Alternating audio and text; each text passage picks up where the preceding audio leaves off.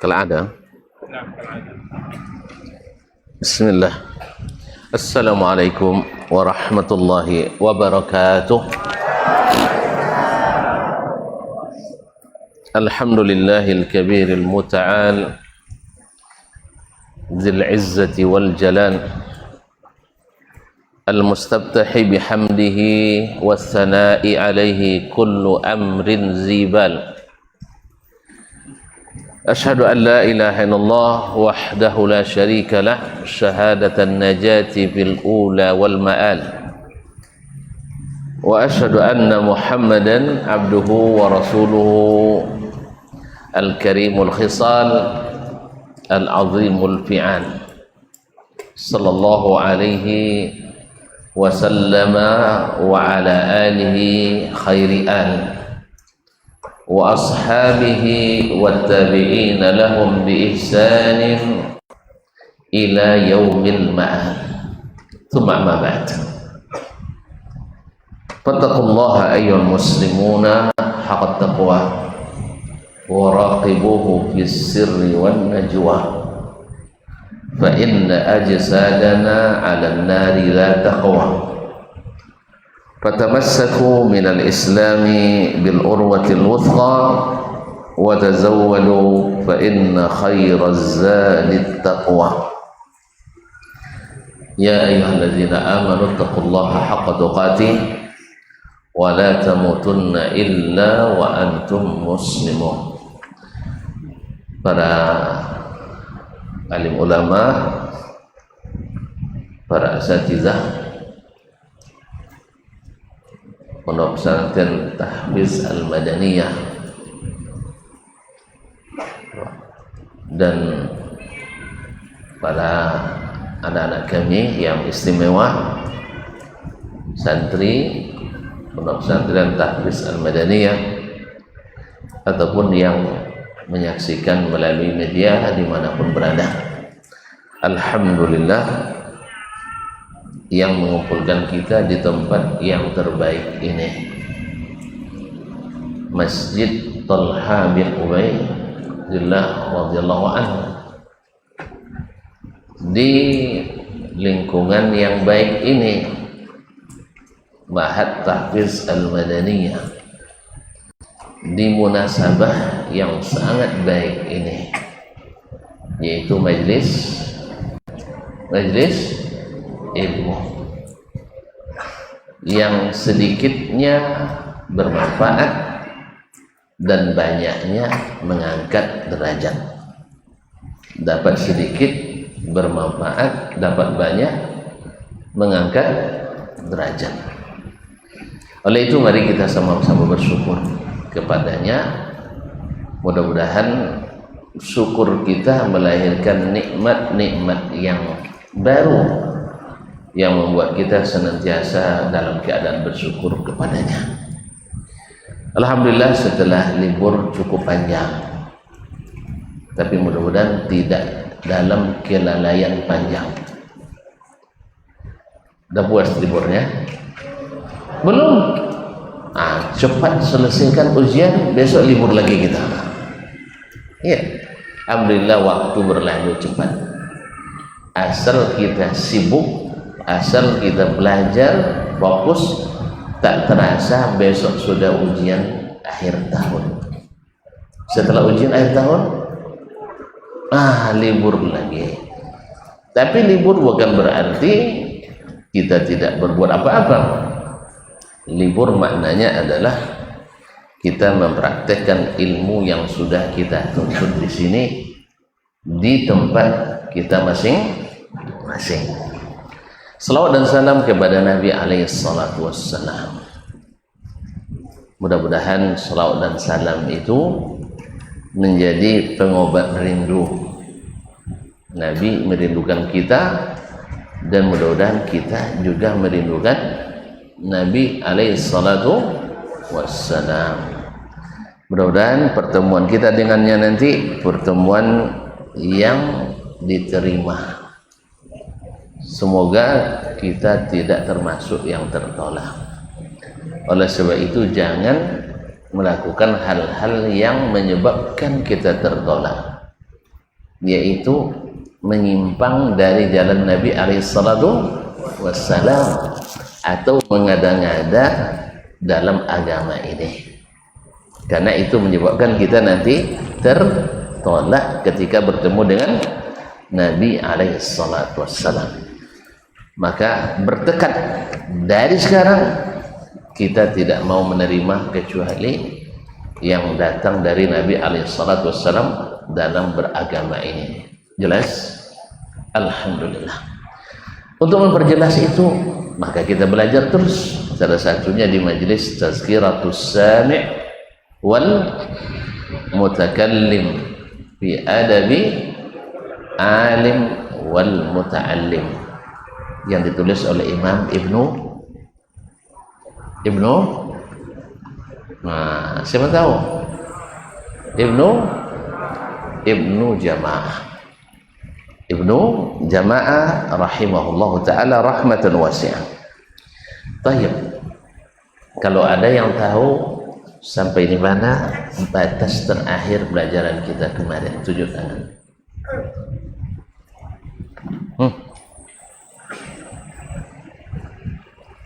Memang betul-betul liburan. Ada yang tahu? Yaitu tentang adab seorang alim di dalam majelisnya. Jangan sampai ada keributan, jangan ada berbantah-bantah. Diskusi boleh, dialog bagus, tetapi kalau sempat beribut-ribut, saling menjatuhkan dan merendahkan, itu bukan majelis ilmu namanya, tapi majelis perwakilan rakyat. Iya, Dewan Perwakilan Rakyat. Kayaknya suka berbantah-bantah kayaknya. Kalau majelis ilmu tak boleh berbantah-bantah. Sebab apa? Di dewan itu biasanya pendapat, sedangkan di majelis ilmu adalah ilmu. Ilmu membuat kita menyatu, sedangkan pendapat membuat kita susah untuk disatukan, karena masing-masing kepala punya isi yang berbeda. Rambut sama hitam, isi di dalam bermacam-macam. Rambut sama hitam, tapi pendapat bermacam-macam. Disitulah perlunya ilmu itu, supaya kita tundukkan akal kita kepada ilmu, bukan ilmu yang harus mengaku dan tunduk kepada akal. Sahih? Nah, kalau masih akal perturunkan, hawa yang lahir. Kalau hawa yang lahir, hawa itu bermacam-macam, maka umat akan berpecah. Maka menuntutlah ilmu, karena ilmulah yang membuat kita bersatu. Sebagaimana dulu Nabi alaihissalam diutus kepada orang yang mengikut pendapat dan logika, lalu disatukan oleh Nabi dengan ilmu. Jadi pendapatmu taruh di saku, ya, simpan. Kalau sudah datang ilmu dari Allah dan Rasul sallallahu alaihi wasallam. Apa nih sayang? Berapa bayarnya? Gratis. Boleh bawa pulang? Enggak. Baik, jazakallahu khair. Baik. Jadi ini batas pelajaran kita sebelum kita liburan kemarin. Jadi majelis kita majelis bertenang, boleh bertanya, boleh berdialog, boleh diskusi, tapi untuk mengejar kebenaran, bukan untuk memperkuat pembenaran.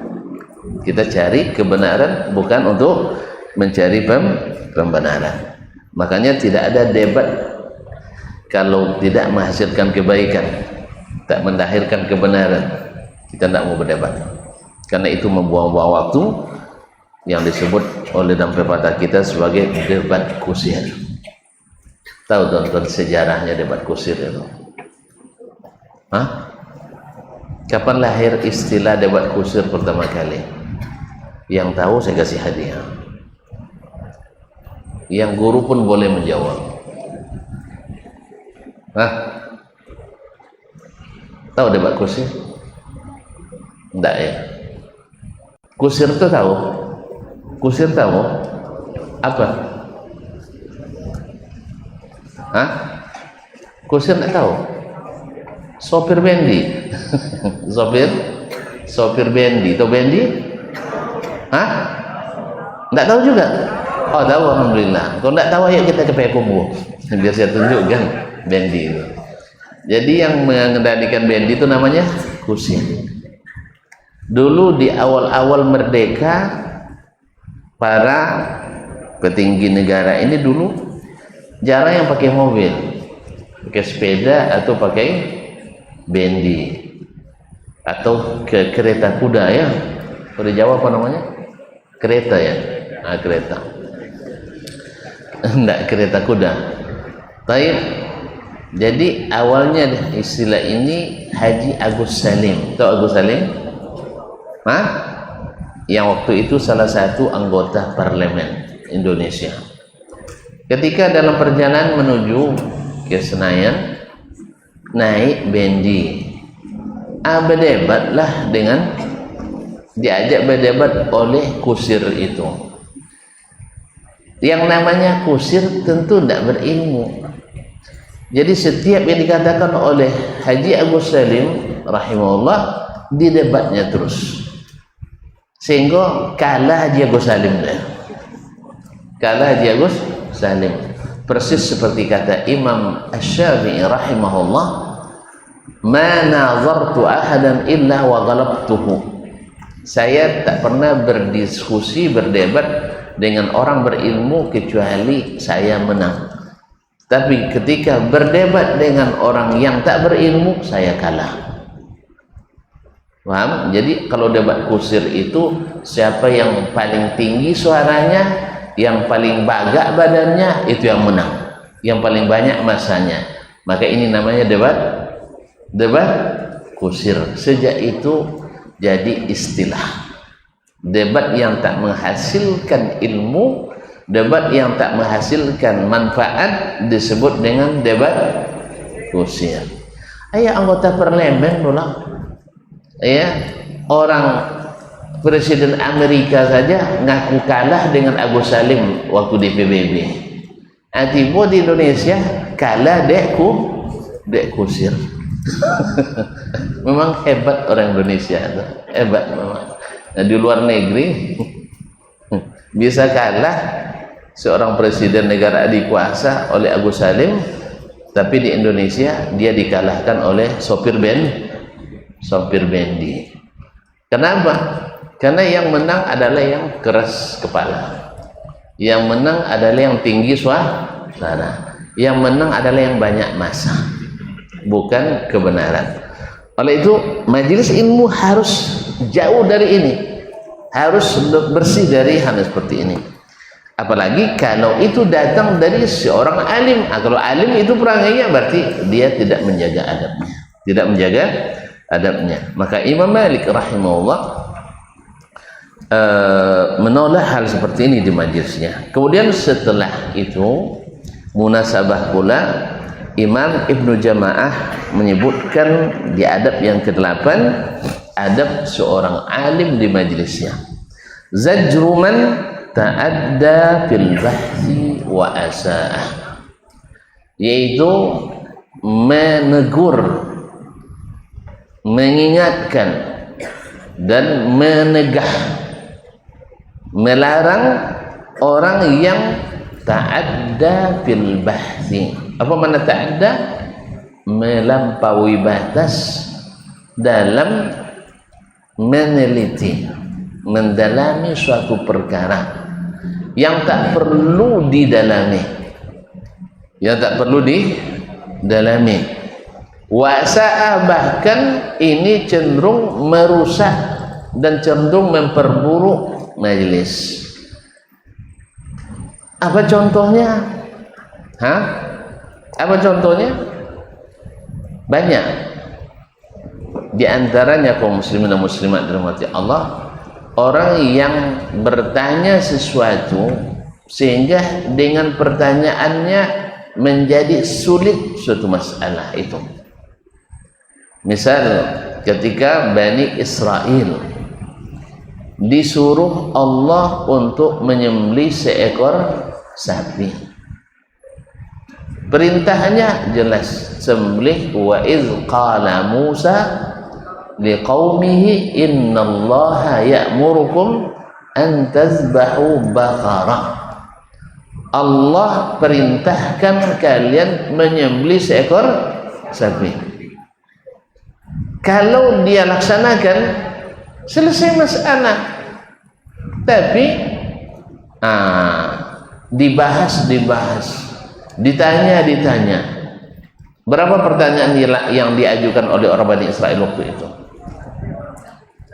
Pertama, dia curiga sama Musa, menuduh Musa, atattakhizuna huzwa, kamu berolok-olok dengan kami. Masa untuk mengetahui siapa pembunuh orang ini, caranya dengan menyembelih seekor sapi. Maka Musa jawab, a'udzubillahi an akuna minal jahilin. Saya bukan orang jahil sehingga berolok-olok dalam masalah besar. Masalah ada pembunuhan, masalah kecil atau masalah besar? Besar. Nah, perintah datang dari Allah yang mengetahui semuanya, tapi dianggap berolok-olok oleh mereka. Subhanallah. Kan tidak sedikit orang sekarang asal komentar di media, ustaz di komentarinya. Ustaz Dasman tak pandai bahasa Arab dunia. Itu tak pandai bahasa Arab, saya tengok non komentar itu tidak pernah belajar bahasa Arab. Salat lain dan tak. Jadi sembarang mereka. Ini perangai Bani Israel. Nabi Musa disangkanya berolok-olok dalam perintah Allah. Dah ada berolok-olok para nabi dengan perintah Allah. Makanya Abu Musa mengatakan, a'udzubillah an akuna minal jahilin. Selesai yang pertama. Yang kedua, qalu ud'u lana rabbak yubayyin lana ma hiya. Tolong tanyakan kepada Rabb, wahai Musa. Dia bilang bukan Rabb kita, Rabbnya kamu. Coba ya kan, tanyong ke Tuhan yang dunia. Seolah-olah mereka hanya menyerahkan masalah ini ke Musa saja. Mereka tidak mengakui ilmu Musa alaihissalam. Yubayyin lana ma hiya. Tunjukkan kepada kami sapi seperti apa. Akhirnya Allah turunkan lagi. Qala innahu yaqul innaha baqaratun la faridun wa la bikr awanun baina zalik. Ndak tua, ndak pula muda. Anda mulai payah dikit nyarinya kan? Sah? Kemudian selesai itu nanya lagi, qalu du'u lana rabbaka yubayyin lana ma launaha. Tanya lagi warnanya. Mempersulit atau mempermudahnya? Persulit. Ini namanya ta'adda fil bahri, berlebihan dalam membahas. Tidak diperlukan, tapi ditanyakan, akhirnya mempersulit. Setelah qala innahu yaqulu innaha baqaratun safra faqi'un launuha tasurrun nadhirin. Warna kuning pekat dan menyenangkan orang yang melihat. Selesai, enggak lagi. Ditanya, qalu du'u lana rabbaka yubayyin lana ma hiya innal baqarata syaba alaina. Tolong tanyakan lagi, kuning ini kan banyak nih, yang kuning pekat itu. Yang apa lagi? Akhirnya syarat lagi, la syiyata biha. Sah? La zalulun tuthirul arda wa la tasqil harth. Akhirnya mereka wa ma kadu yaf'alun, hampir mereka tidak menemukannya. Apa sebab? Berlebihan. Makanya majelis-majelis ilmu seperti ini, majelis-majelis ilmu harus dibersihkan dari sikap berlebihan seperti ini. Jelas? Nah, kita baca dulu ya, nanti kita sebutkan contoh yang selanjutnya. As-samin, di antara adab seorang alim dalam majlisnya, yaitu ayazjura man ta'adda fi bahthihi, yaitu menegur dengan keras orang yang berlebihan dalam membahas. Berlebihan dalam membahas. Contohnya seperti tadi. Kalau contohnya yang pernah terjadi di majelisnya Imam Malik rahimahullah ta'ala, ketika Imam Malik mengajarkan kepada murid-muridnya, tersebutlah di situ ayat Ar-Rahmanu alal arsyis tawa. Allah yang maha pengasih bersemayam di atas arsy. Ini bahasanya jelas tak? Bahasa jelas tak? Jelas. Karena Al-Quran memang diturunkan Allah dengan bahasa Arab. Wa kadzalika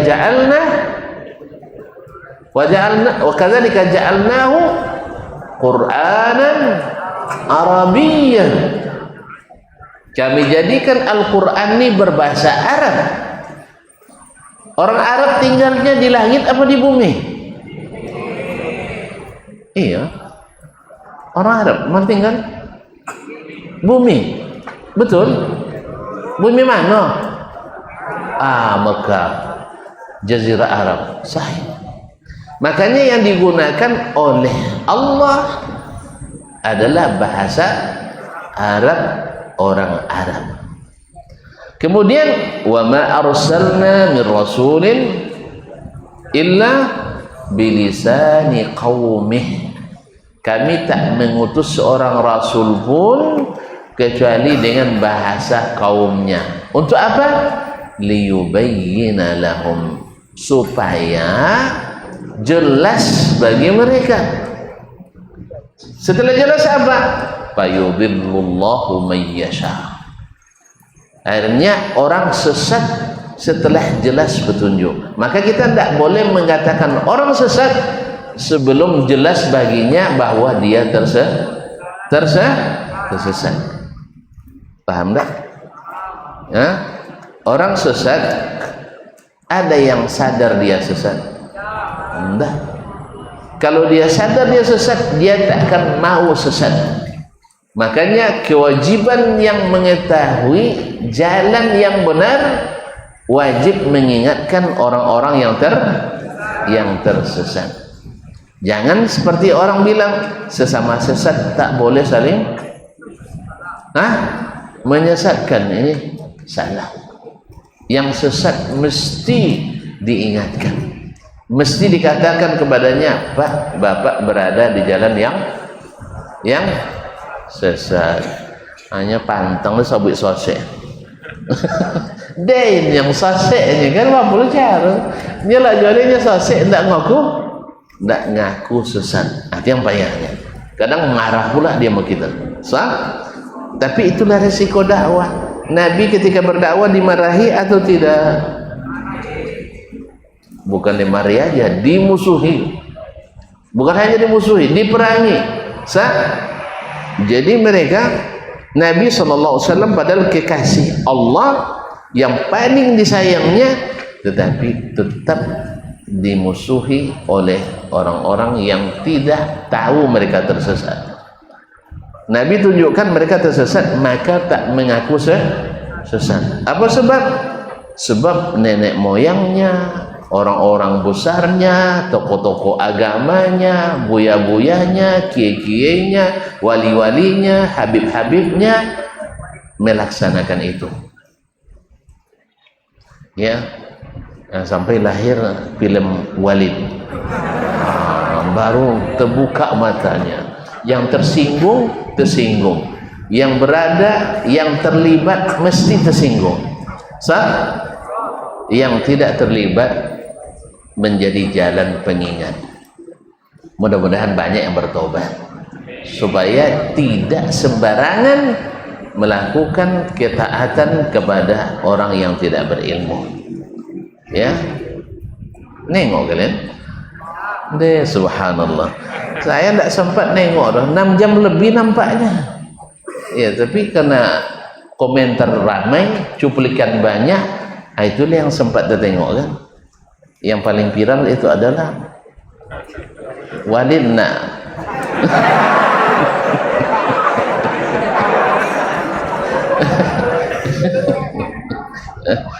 Itu parodi yang paling viral. Dan itu memang banyak terjadi di dunia nyata. Orang-orang yang tersesat tapi tak tahu dia tersesat. Saya sudah banyak berdiskusi dengan orang-orang yang dulunya termasuk ke jalan seperti itu. Dia ngaku, ya dia tidak sadar. Dia mengira setan-setan yang menjadi pembantu mereka itu di waktu itu sebagai malaikat. Mengiranya sebagai malaikat. Kan masih ingat kisah anak muda menuntut ilmu yang diajak masuk surga tiap malam itu? Masih ingat? Dikiranya malaikat karena dia tidak berilmu. Ada seorang sufi besar di Sudan. Ya, setelah bertobat dia ceritakan. Tahu tak kan gimana tobatnya? Ketika bertobat dia dikunjungi oleh seorang alim mengingatkan dia bahwa, lalu dia katakan, saya ini setiap hari didatangi malaikat. Lalu kata ulama tadi, cobalah suruh malaikat itu datang sekarang. Ya, saya juga tidak ikut bertemu dengan malaikat. Dia menyangka dirinya wali kutub. Tahu wali kutub? Kutub utara. Dia wali kutub. Artinya sudah sampai pada derajat bisa mengatur dunia. Fa inna lillahi wa inna ilaihi raji'un. Lalu kata beliau, ayalah saya panggil dia. Dipanggilnya lah dengan membaca mantra tertentu. Ya, dipanggil lah, saya lupa nama malaikat, ada disebutkannya nama malaikat itu. Jadi dipanggil, datang dia, memang datang, cuman tidak seperti biasa datang langsung ke majelis. Ini misalnya datang dekat mobil itu aja dari jauh dari jauh, karena syekh ini baca ayat kursi. Kemudian semakin diperkerasnya baca ayat kursi, semakin lari itu malaikat tadi. Kalau lari dari ayat kursi, malaikat no? Jadi heranlah sufi ini. Syekh katanya, saya juga selama ini baca ayat kursi, tapi dia semakin datang. Ya, karena dia ketika dipanggil oleh sufi ini, Syekh sufi ini, sini, katanya nunjuk ke ulama tadi. Artinya suruh dia pergi. Kalau dia masih ada, saya tidak berani dekat. Paham? Makanya kalau ada yang ngaku nanti ada walid lain yang bertemu malaikat, ya, atau bertemu Rasulullah, minta ke dia, saya tidak ikut bertemu. Ya, hitung dapat pula ke istri baru. Kan Nabi yang nikahkan, sah? Kalau Nabi nikahkan itu tinggi nilainya itu, nikah batin. Ustaz dulu ketika belajar di Madinah ada namanya firaq wa adyan materinya. Ini sudah kami pelajari, tapi bukti nyatanya saya belum paham sampai Walid yang menjelaskan. Bukti nyatanya belum tahu saya. Walaupun cerita banyak disebutkan, tapi baru lihat setelah Walid yang menjelaskan nikah batin. Pahamnya kan? Jadi kalau ada yang bilang nanti selalu bertemu Nabi, minta sekali saja. Kalau di kampung kalian nanti Walid bilang ketemu Rasulullah sallallahu alaihi wasallam, tolong bilang Ustaz Dasman nak ikut, bayar pun mau saya. Bayar pun mau. Tidak apa-apa, walaupun biaya umroh saya bayar. Iya sah?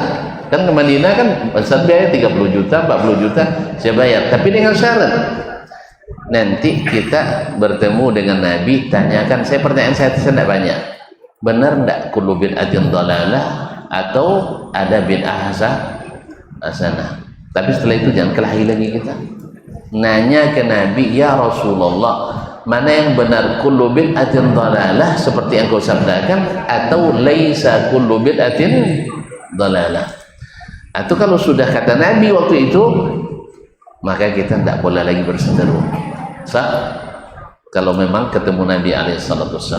Nah, malaikat tadi dipanggil, Syekh semakin kencang bayar kursi, semakin jauh dia tunjuk, sudah, suruh dia pergi. Akhirnya pergi malaikat tadi, tidak berani dia datang. Kada ada ulama tadi. Akhirnya mulai dia katakan, mulai dia ragu di situ. Dia mulai Allah bukakan sekarang ilmu kepadanya. Kenapa selama ini dia dekat dengan saya, pas ada orang ini kan lebih wali lagi dia kalau gitu kan, malaikatnya takut sama dia. Sah? Dakwah dia datang berarti lebih wali lagi.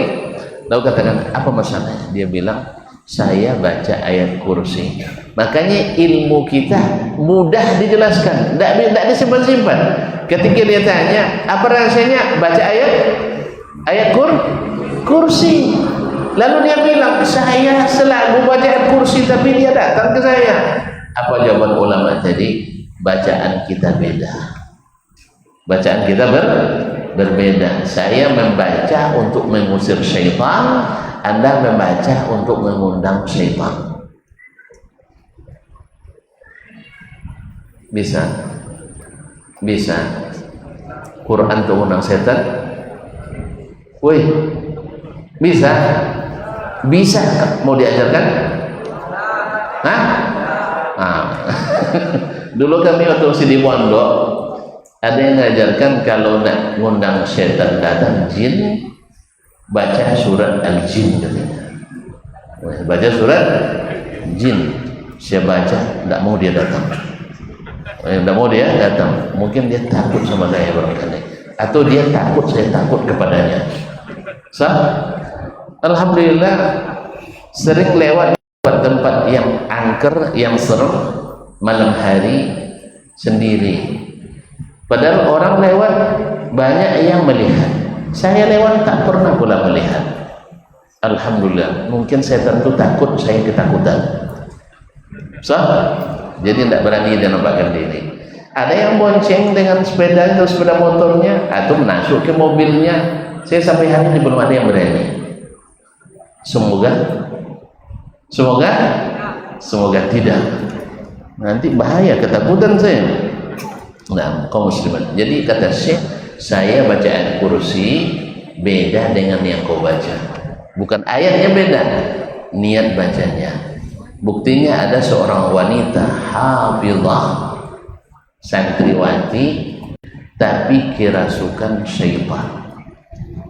Lalu diruqyah oleh salah seorang teman saya, dokter. Dia menceritakan. Lalu ketika diruqyah ditanyakan, tidak mau dia keluar. Ditanya kepada mbak itu, mbak kan hafizul Quran. Ya, padahal ruqyah menyuruh setan keluar pakai ayat Quran. Dia ini seorang hafizah 30 juz Quran. Kok bisa setan masuk? Nah, gimana tuh? Ini takut baca jadi habis nanti jadinya. Nah, karena bacaan dia dengan yang kita baca berbeda niatnya. Akhirnya diulang di ruqyah. Apa kata dia? Ada tak amalan khusus yang Mbak amalkan? Ada tak amalan khusus yang Mbak amalkan? Dia bilang rasanya enggak ada. Coba ingat-ingat lagi. Akhirnya dia bilang, dulu waktu jadi mondok di pesantren Madaniyah, di pondok saya disuruh sama Pak Yai saya untuk membaca Ya Rahman 3000 kali di petang hari, 3000 kali di pagi hari. Sekarang saya nak nanya, ada tak zikir ini diajarkan Nabi? Hah? Banyak ahli hadis di sini ya. Baik, enggak ada ya? Serius ini, enggak ada. Kemana kalian tahu? Dah baca kitab hadis semuanya? 3000 kali. Bila salah harus ulang lagi. Bila salah itu mesti ulang dari satu. Bila terputus, misalnya pas sedang zikir dipanggil sama maknya, "Nduk," misalnya kan, "Iya, Pak misalnya, harus diulang lagi. Sulit apa payah? Nah, sulit apa payah? Sulit dan payah. Nah, lalu dibacakan Quran sama ustaz yang meruqyah, berbicara yang di dalam, kenapa kamu masuk ke dalamnya? Dia bilang, dia manggil-manggil saya 3000 kali di waktu pagi, 3000 kali di waktu petang. Memang namamu siapa? Nama saya Rahman. Jadi dia panggil dia Rahman, ya Rahman 3000 kali pagi hari, 3000 kali di petang hari. Makanya saya masuk. Dia cinta sama saya katanya. Jelas? Jelas? Makanya mengada-ngada walaupun zikir bisa membuat orang kesurupan. Makanya kalau ada wali yang gila karena cinta Allah, itu cintanya ilegal. Tahu cinta ilegal? Macam kalian nampak anak gadis habis itu dihubungi, itu cinta ilegal namanya. Sah? Malam hari susah tidur. Sah? Malam hari susah tidur. Tapi kalau sudah dibawa ke KUA, salam sama mertua, aku nikahkan putriku Fulanah dengan engkau dengan mas kawinnya seperangkat rumah tangga. Hah? Tidak berani ya? Berani seperangkat apa? Seperangkat alat tulis. Allah Ustaz. Seperangkat apa? Alat sholat. Oh iyalah, bolehlah seperangkat alat sholat. Aku terima. Masya Allah, itu cinta yang ilegal, tidak pernah terjadi setelah dapat surat nikah dari KUA. Seorang suami gila gara-gara mencintai istrinya. Ada, dan tak pernah pula seorang istri sampai gila gara-gara mencintai suaminya. Yang gila adalah nak nikah tapi tak sanggup. Ya, awaklah syakinan-cinan piti tidak nawar. Piti tidak menawar. Ya, enggak ada duit. Akhirnya gila, hilang akal, akhirnya dipasung, diikat. Itulah namanya. Jadi kalau ada wali yang cinta karena Allah, wali ilegal. Enggak ada wali Allah yang sampai gila. Itu hanya akalan-akalan orang sufi untuk melegalkan zikir-zikir yang mereka karang sendiri. Jelas? Apa yang jelas ini? Berlebihan dalam mendalami suatu masalah itu dilarang. Makanya ma'asyiral kiram dirahmati Allah, Imam Malik mengajarkan seperti yang Allah ajarkan, Ar-Rahmanu 'alal 'arsyis tawa. Lalu datang seorang di majelis itu, "Ya Aba Abdillah, kaifastawa?" Bagaimana istiwanya Allah? Imam Malik termenung lama dan gemetar badannya. Kenapa? Menahan amarah. Apa sebab? Majlis ini majlis ilmu, bukan majlis yang berlebihan dalam membahas. Allah hanya mengatakan dia di atas arasy. Allah dan Rasul tidak menambah sedikit pun keterangan bahwa kalau dia di atas arasy sambil duduk, sambil rebahan, sambil berbaring, enggak ada. Jadi kalau ada orang-orang mengatakan, orang-orang Wahabi itu mengatakan Allah duduk di atas arasy, dia sendiri yang menafsirkan. Allah hanya menyebut istawa. Lalu ketika ditanya bagaimana istawa, Imam Malik menganggap ini sebagai sikap berlebihan. Maka kata Imam Malik, lalu dijawabnya, al-istiwa'u ma'lum. Istiwa itu maklum karena bahasa Arab jelas bahwa istiwa maknanya ala wartafa, yaitu berada di atas. Jelas? Terus kalian nak teliti pula kalau di atas mesti menempati? Hah? Mau dibahas? Mau dibahas? Saya siap aja bahasnya. Saya katakan tidak semua sesuatu di atas sesuatu menempati sesuatu itu. Sahih? Sahih? Nah, sekarang Anda semua selama belajar di sini dapat ilmu tak? Dapat. Ilmu itu ada atau tidak? Ada. Ada. Sah? Di mana disimpan? Di akal. Di mana akal itu? Di dengkul. Hah? Di mana? Ada yang bilang di otak, ada yang bilang di dada, bilang di dengkul. Baik. Ada enggak tempatnya? Ada tempatnya. Di mana? Berapa sentimeter dia pakai tempat? Wih, ada tempatnya. Ada tempat cantolannya di situ, nyangkutkannya ada. Siapa yang siap jadi sukarelawan? Pas mati nanti kita bedah kepalanya. Di mana ilmunya kemarin tinggal? Ada? Ada tempatnya? Ada tempatnya? Enggak. Jadi ilmu itu ada dan punya sifat bertambah dan berkurang, ingat dan lupa, sah?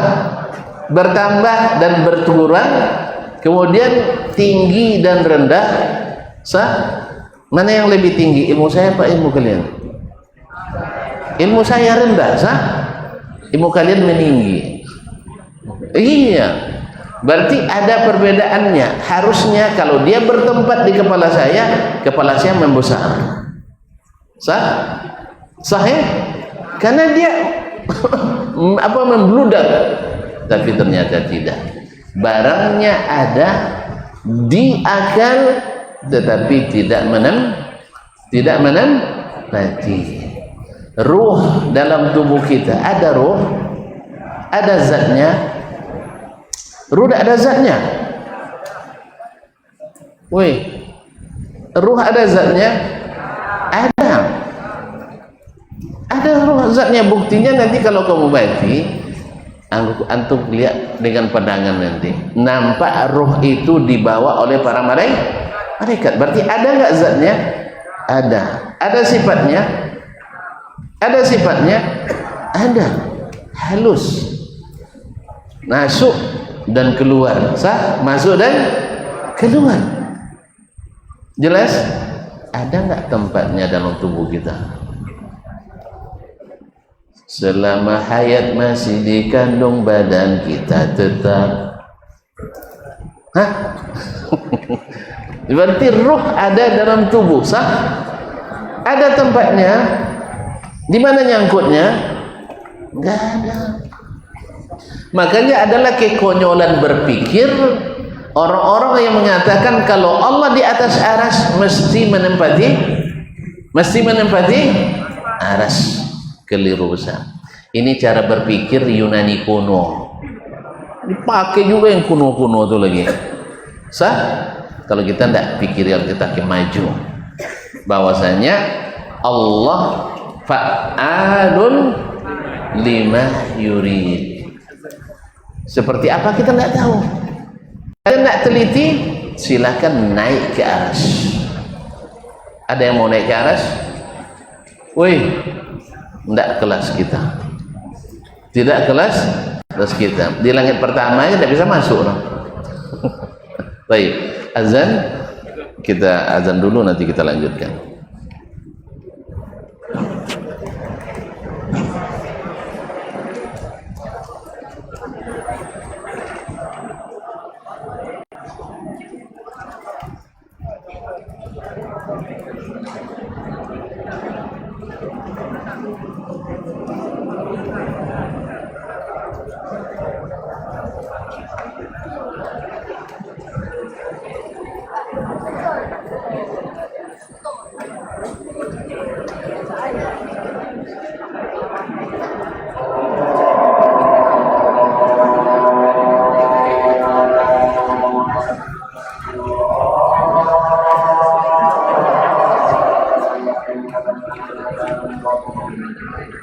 Allahumma Allah.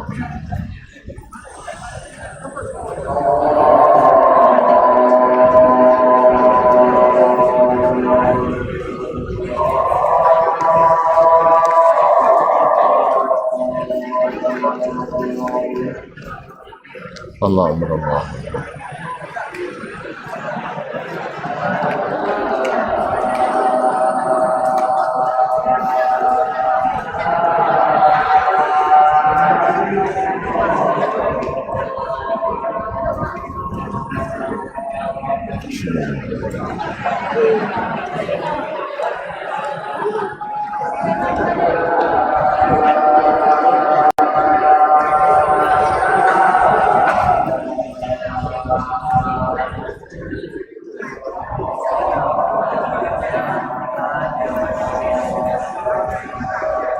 Asyhadu an la ilaha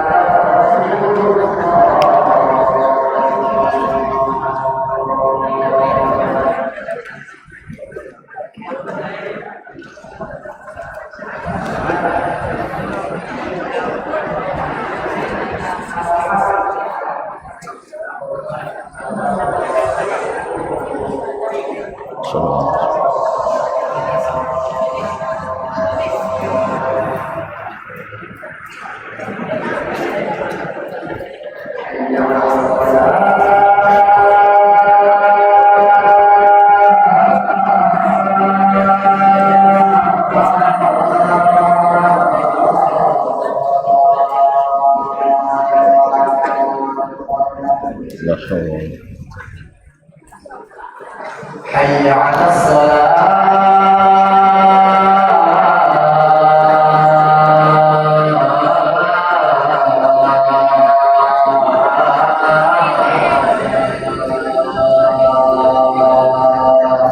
لا حول ولا قوة حي على الفلاح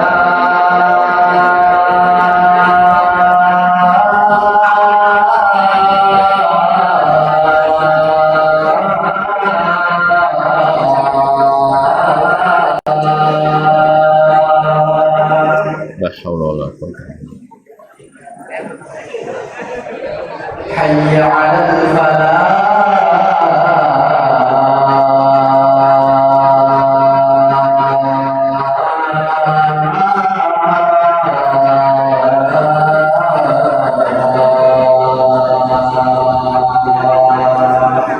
لا حول ولا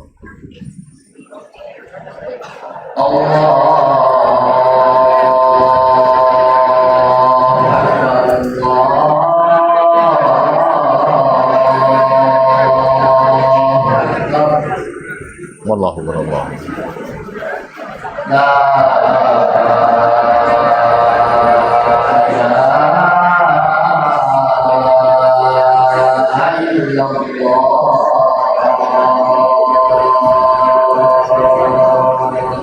وعلى شباب اللهم ربنا آتنا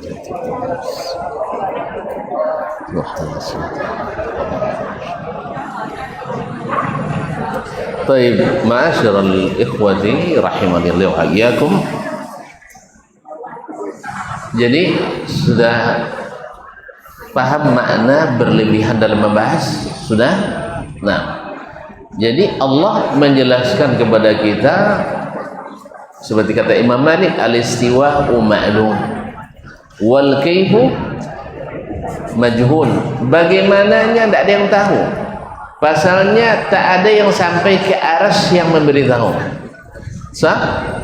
Maka tidak usah dibahas. Karena kalau antum bahas tak ketemu jawabannya, justru membuat antum ragu dengan apa yang disampaikan Allah dan Rasul Sallallahu Alaihi Wasallam. Dan itu kenyataannya. Semakin dibahas, maka semakin susah beriman kepada Al-Quran dan Sunnah Nabi Alaihi Wasallam. Baik. Kemudian kata Imam Malik, wasu'alu anhu bid'ah. Menanyakan kaifiyah sifat itu adalah bid'ah. Lalu kata Imam Malik, akhrijuhu keluarkan dia di majelis ini, karena menyebabkan keributan di sini, menyebabkan keributan ilmu di sini. Karena kita ilmu kita jelas, terang benderang, dia ingin memperkelam. Makanya menggunakan pendekatan ilmu kelam membuat yang jelas semakin menjadi kelam.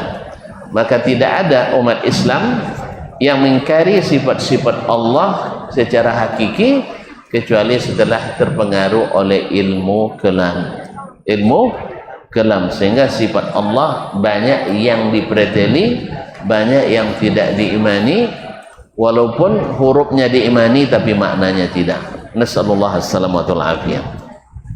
Baik, kita lanjutkan.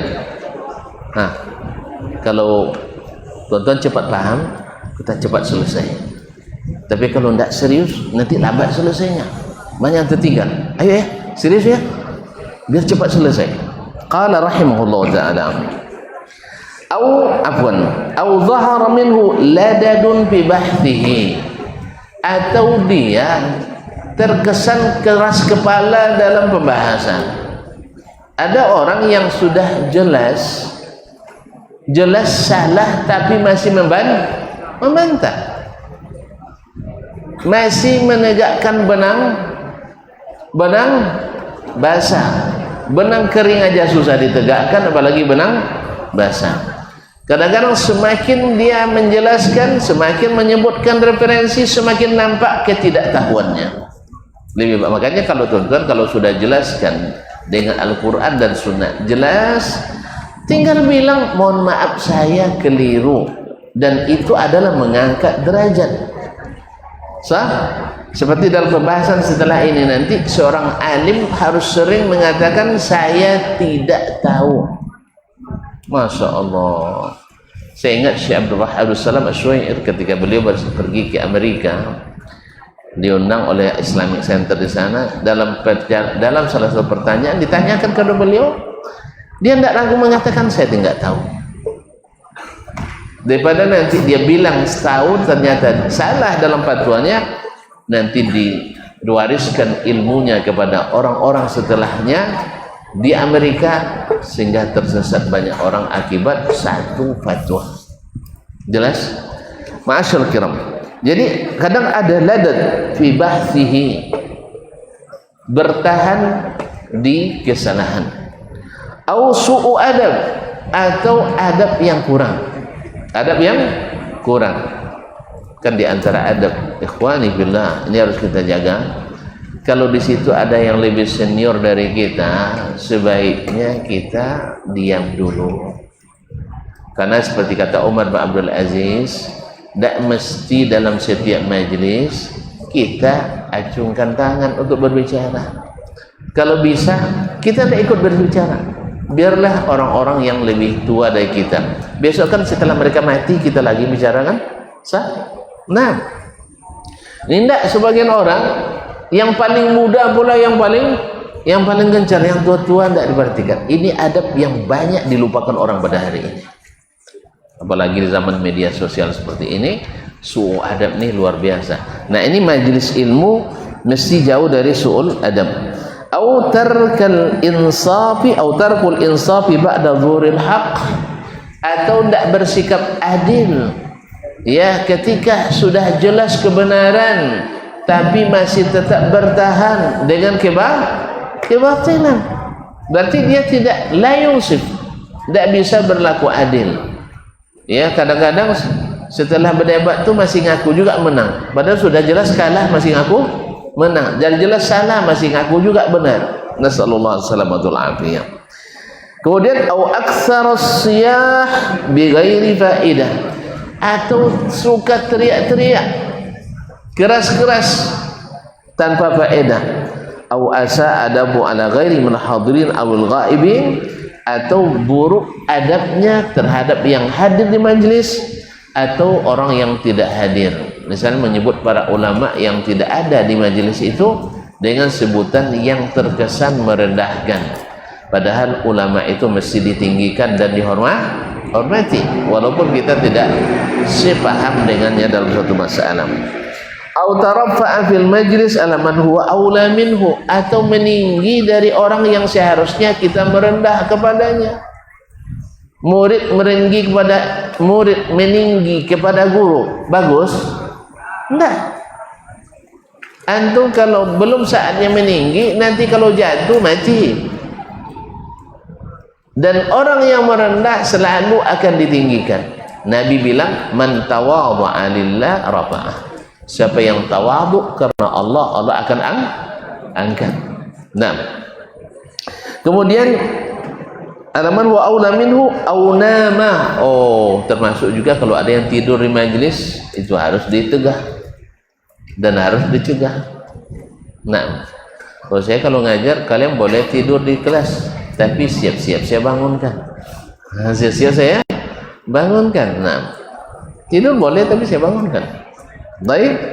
Au yatahaddas au tahaddatsa ma'a ghairihi, atau di majlis dia berbicara dengan temannya. Nah, kalau bicara dengan teman di majlis ilmu, termasuk adab yang baik atau adab yang buruk? Maka jangan sampai kita menjadi orang yang kurang adab. Dan guru mesti mengingatkan itu. Makanya di dulu para ulama menugaskan murid-murid senior seperti yang sekarang ada musyrif yang harus duduk di tengah-tengah yang potensi besar untuk saling bercerita. Ada musyrif di sini? Ada musyrif? Ada. Jadi sengaja murid-murid yang senior itu disuruh untuk mengawasi yang masih ini.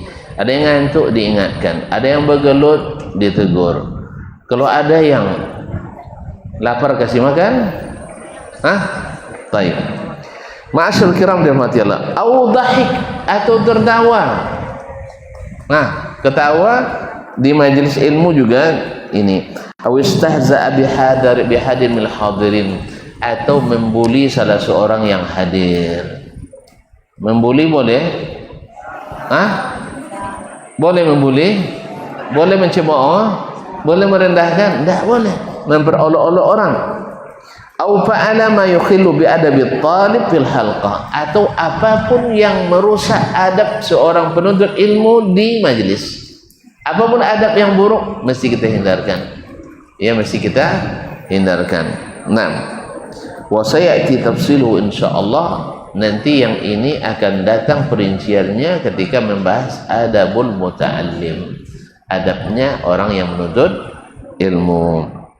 Hadza kulluhu, ini semua yang disebutkan oleh Syekh, bi syarti alla yatarattaba ala zalika mafsadatun tarbu alaihi. Semua ini dilakukan menegah yang sebut itu dengan syarat tidak menimbulkan mafsadah yang lebih besar. Tapi kalau menimbulkan mafsadah yang lebih besar, maka kadang-kadang harus didiamkan. Wallahu ta'ala alam, wa sallallahu ala nabiyyina Muhammadin wasallam. Ya, kayaknya tuan-tuan cepat paham pagi malam ini, sehingga kita cepat selesai pula mengaji. Ada pertanyaan? Tidak ada, paham semua? Alhamdulillah. Kalau gitu kita tutup. Wa subhanakallah bihamdik, asyhadu an la ilaha illa anta, astaghfiruka wa atubu ilaik. Wassalamualaikum warahmatullahi wabarakatuh. Barometer amal kita saleh tak salehnya di salat kita. Bila salat kita ikhlas dan sesuai dengan sunnah Nabi SAW, maka insya Allah amalan yang lain mengikuti. Ini aktivitas ini membantu saya di akhirat atau akan menyulitkan saya di akhirat. Kalau seandainya perbuatan itu ternyata akan menyulitkan kita di akhirat kelak, tinggalkan perbuatan itu. Anta ni'mal jund. Kamu adalah sebaik-baik prajurit. Coba lihat. Kamu adalah sebaik-baik prajurit. Maka tujuannya adalah menghancurkan kehidupan rumah tangga.